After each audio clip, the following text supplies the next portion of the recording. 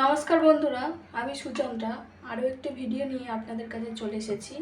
আপনারা দেখছেন সুচন্দ্রাস কিচেন। আর আমি আজকে কি রান্না করেছি বলুন তো? আজকে আমরা করব ক্যালবার্ট মুরগির তরকারি। আপনারা খান তো? আমি এখানে 1 কিলো ক্যালবার্ট মুরগি নিয়েছি এবং প্রেশার কুকারে আমি 8টা সিটি দিয়ে নিয়েছি। এবার এটা আমি বড়বাটিতে ঢেলে নেব।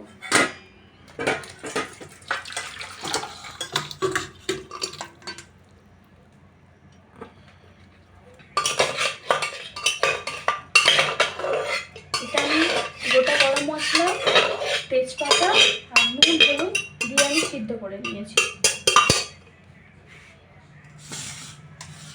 এই যে চিকেন স্টকটা যেটা রয়েছে এটা আমি ফেলবো না, এটা আমি এর সাথে দিয়ে কষবো। কালবার্ট মুরগিটা শক্ত হয় তো, সেই জন্য এতে যদি একটু সিটি দিয়ে নেওয়া হয় তাহলে অনেক সফট হয়ে যায়।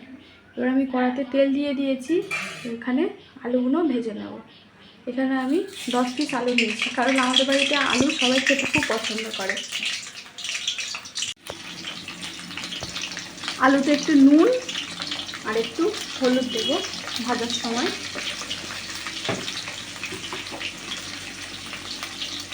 আমি এখানে 1 চামচ নুন দিয়েছি। এবার এটাকে সোনালি কালারের করে ভেজে নেব।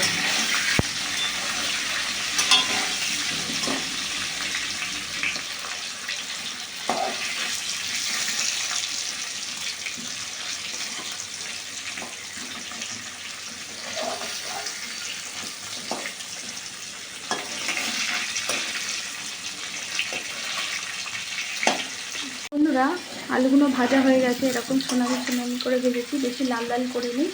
এবার এই আলুগুলো তুলে নেব। কড়াতে আমি পরিমাণ মতন তেল নিয়ে নিয়েছি। এবার তেলের মধ্যে আমি প্রথমে একটু চিনি দেব, যাতে কালারটা খুব সুন্দর আসে। অল্প একটুখানি চিনি দিয়েছি।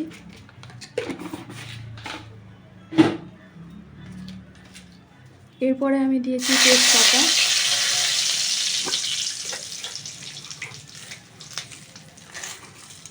আমি যেহেতু মাংসটাকে সিদ্ধ করার সময় গোটা গরম মশলা ইউজ করেছি, সেই জন্য এখানে আমি শুধু একটু জিরে ইউজ করলাম।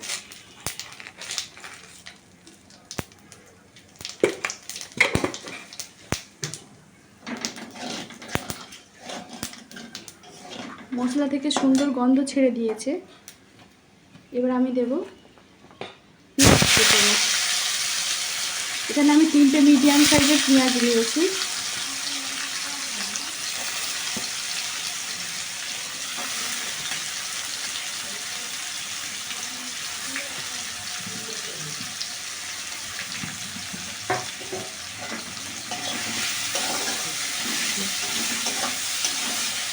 তো এই পেঁয়াজের উপরেই আমি 1 চামচ নুন দেবো, কারণ মাংস সিদ্ধ হওয়ার সময় আমি 2 চামচ নুন দিয়েছি, আলু ভাজার সময় 1 চামচ নুন দিয়েছি, আর এখন আমি 1 চামচ নুন দিলাম। পরে যদি আমার নুন লাগে তাহলে আমি দেবো পরে।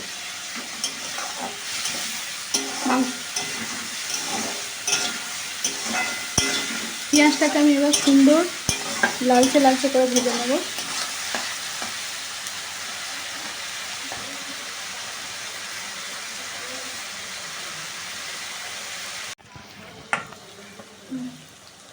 এর মধ্যে আমি 2 টেবিল চামচ আদা রসুন বাটা দিয়ে দিয়েছি। এখানে আমি দিলাম পরিমাণ মতন লঙ্কা গুঁড়ো।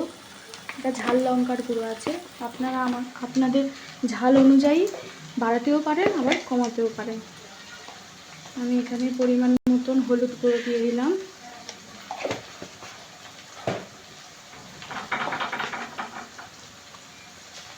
আমি পরিমাণ মতন ধনে গুঁড়ো দিয়ে দিলাম। এবার এটাকে কষাতে থাকবো।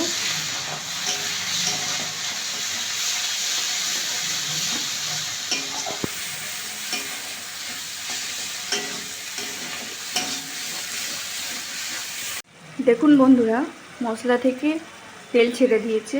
এই সময় আমি কি করব, মাংসগুলোকে দিয়ে দেব।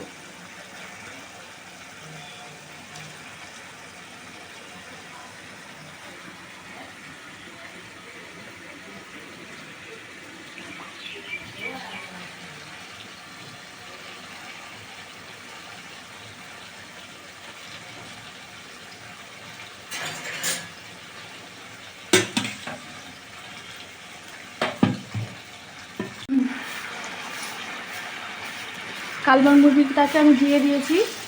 এই মাংস যেটা হাফ বয়েল করা ছিল সেটা আমি দিয়ে দিয়েছি। আর এই যে মাংসের যে স্টকটা বেরিয়েছে এটা দিয়ে আমি মাংসটাকে কষবো ভালো করে।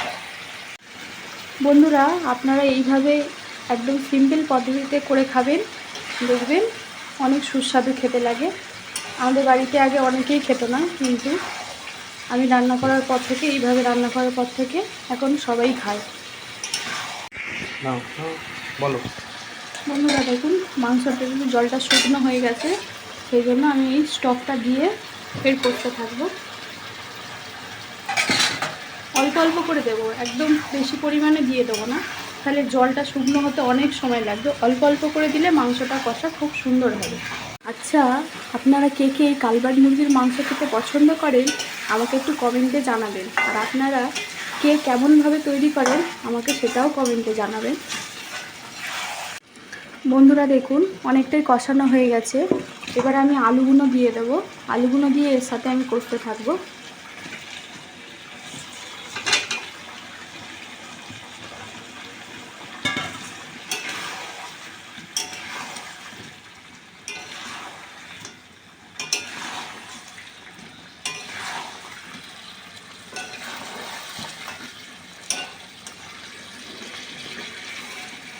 এই কালবাগ মুরগির মাংস থেকে অনেক সুন্দর গন্ধ বেরিয়েছে। আপনারা যদি এখানে থাকতেন তাহলে বুঝতে পারতেন কত সুন্দর সেন্ট বেরোচ্ছে। বন্ধুরা, দেখুন কত সুন্দর একটা কালার চলে এসেছে।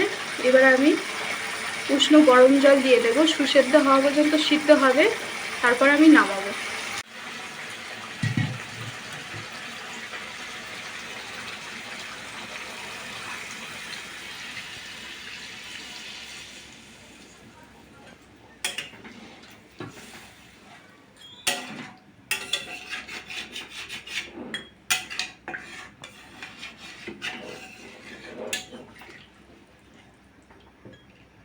আমি মাংসতে জল দিয়ে দিয়েছি। এবার এটা ফুটে উঠলে আমি লোতে করে দেবো। এখন হাইতে রয়েছে, ফুটে গেলে আমি তারপরে লোতে করে দেবো। বন্ধুরা, মাংসটা আমার হয়ে গেছে, এবার আমি নামিয়ে নেব।